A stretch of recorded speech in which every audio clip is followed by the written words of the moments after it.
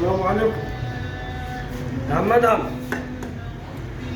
احنا داخلين على موسم باذن الله، موسم عيد الاضحى المبارك، فعايزين نوجه رساله للجزارين.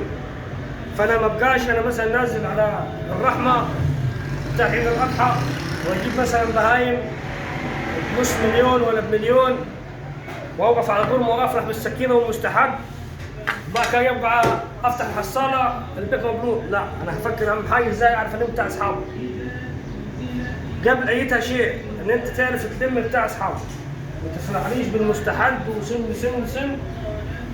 لا، انت فكر في بتاع اصحابك الاول قبل ايتها حاجه عشان تعيد حصالتك وتستر مع الناس وتستر مع غيرك. نصيحه للجزارين عامه. السلام عليكم.